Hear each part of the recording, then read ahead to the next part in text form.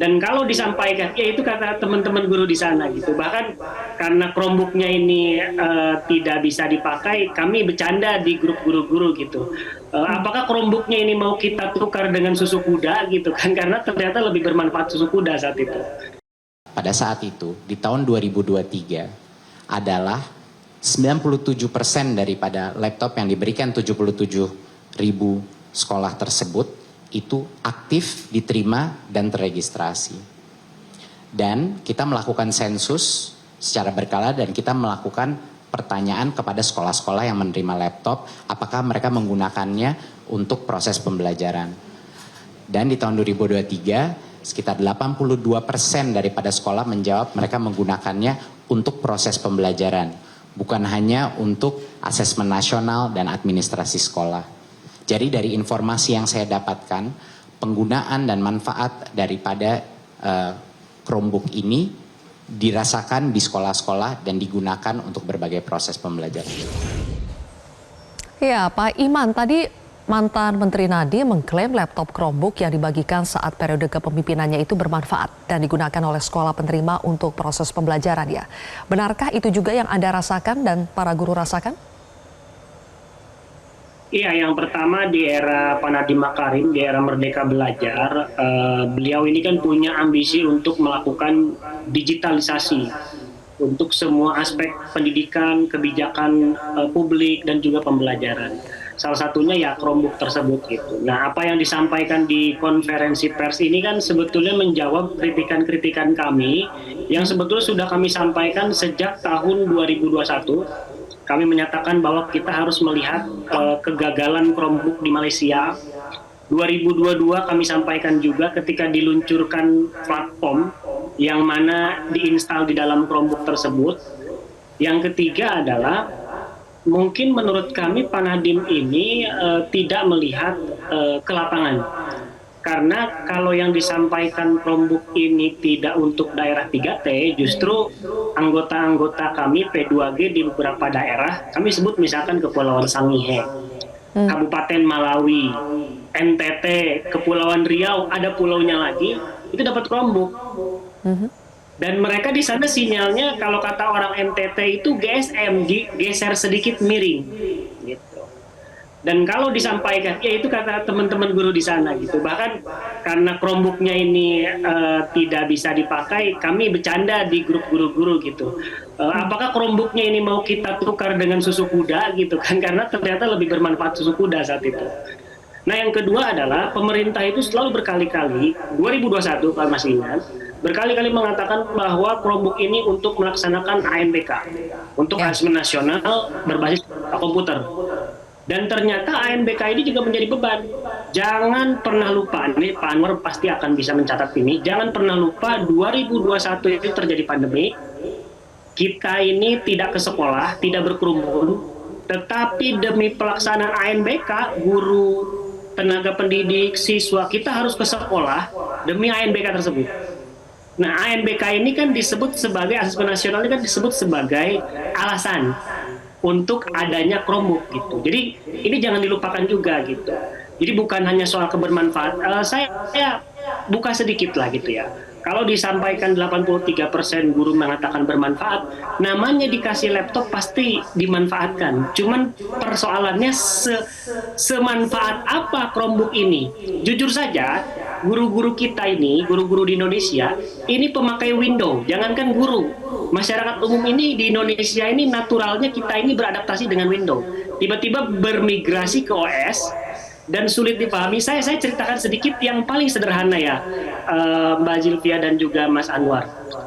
Administrasi guru di dalam Chromebook itu adalah laptop yang speknya hanya maksimal, hanya efektif kalau ada sinyal. Di dalamnya itu tidak ada aplikasi instalasi yang biasa kita pakai, Microsoft Word, PowerPoint dan lain sebagainya. Sehingga saya cerita beberapa guru gitu yang cerita bahwa ketika mereka mau ngeprint itu formatnya berantakan semua. Jadi sebetulnya ini tidak settle di lapangan. Di lapangan itu sangat susah sekali. Pernah nggak ngeprint pakai Google Doc ke printer? Itu luar biasa sekali. Jadi sejak awal saya kira mudah untuk mengatakan bahwa Chromebook ini adalah sebuah spek yang tidak cocok untuk semua sekolah di Indonesia, tapi kenapa dipaksakan? Nah, itu wilayah kejaksaan tentu saja. Tapi kami melihat ini sangat-sangat ironis sekali karena bukan itu yang kita butuhkan. Yang kita butuhkan adalah laptop yang bisa digunakan, ada sinyal, tidak ada sinyal. Yang kita harapkan beban administrasi guru berkurang, bukan bertambah gitu. Jadi waktu itu Pak Iman mendapatkan laptop Chromebook-nya bagaimana? Apa mengajukan diri atau sudah didata langsung oleh Kemendikbudristek dan langsung diberikan?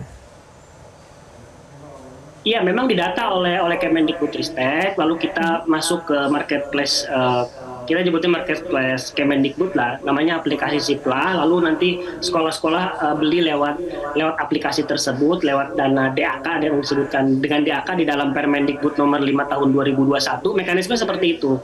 Tapi kenyataannya, maaf ya, ini sempat viral juga di tahun 2021 bahwa ketika kita mau belanja beli Chromebook-nya gitu kan, di aplikasi itu harganya 10 juta, padahal di marketplace yang warga biasa ya, saya nggak sebut nama gitu ya, yang warna orange, yang warna hijau, itu di situ harganya 4 jutaan gitu, dan kita harus belinya lewat situ gitu.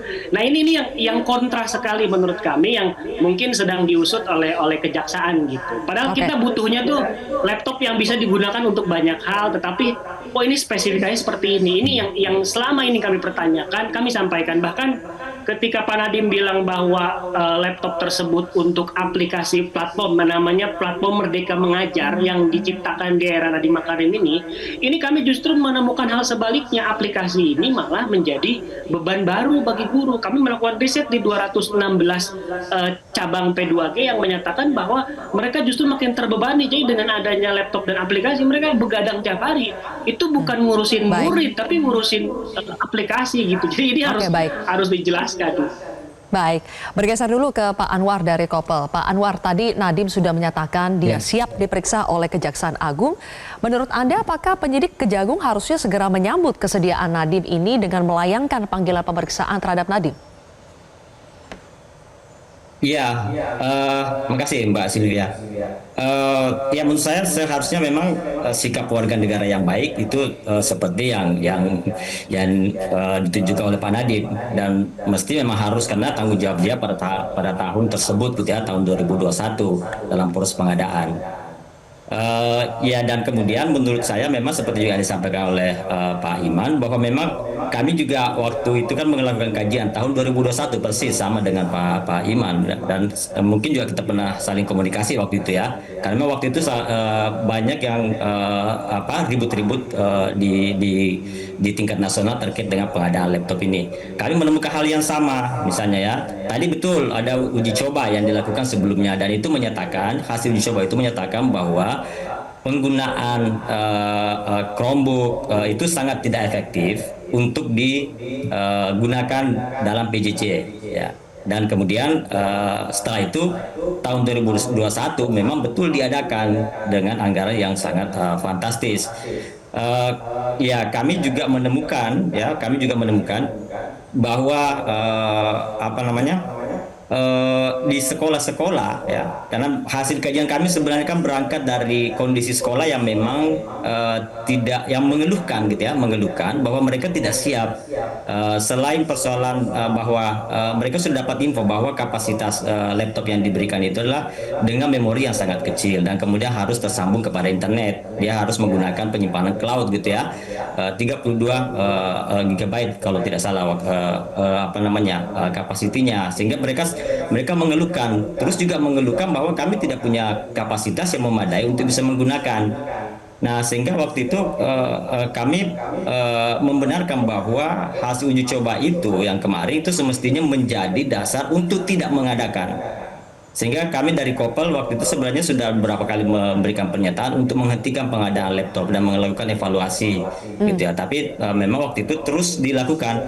Sehingga ya, menjawab pertanyaan Mbak Silvia tadi, ya menurut saya ya, dari proses perencanaan yang cenderung dipaksakan dan tidak terencana secara baik ya, ada kajian tapi kemudian disalahi hasil kajian tersebut gitu ya.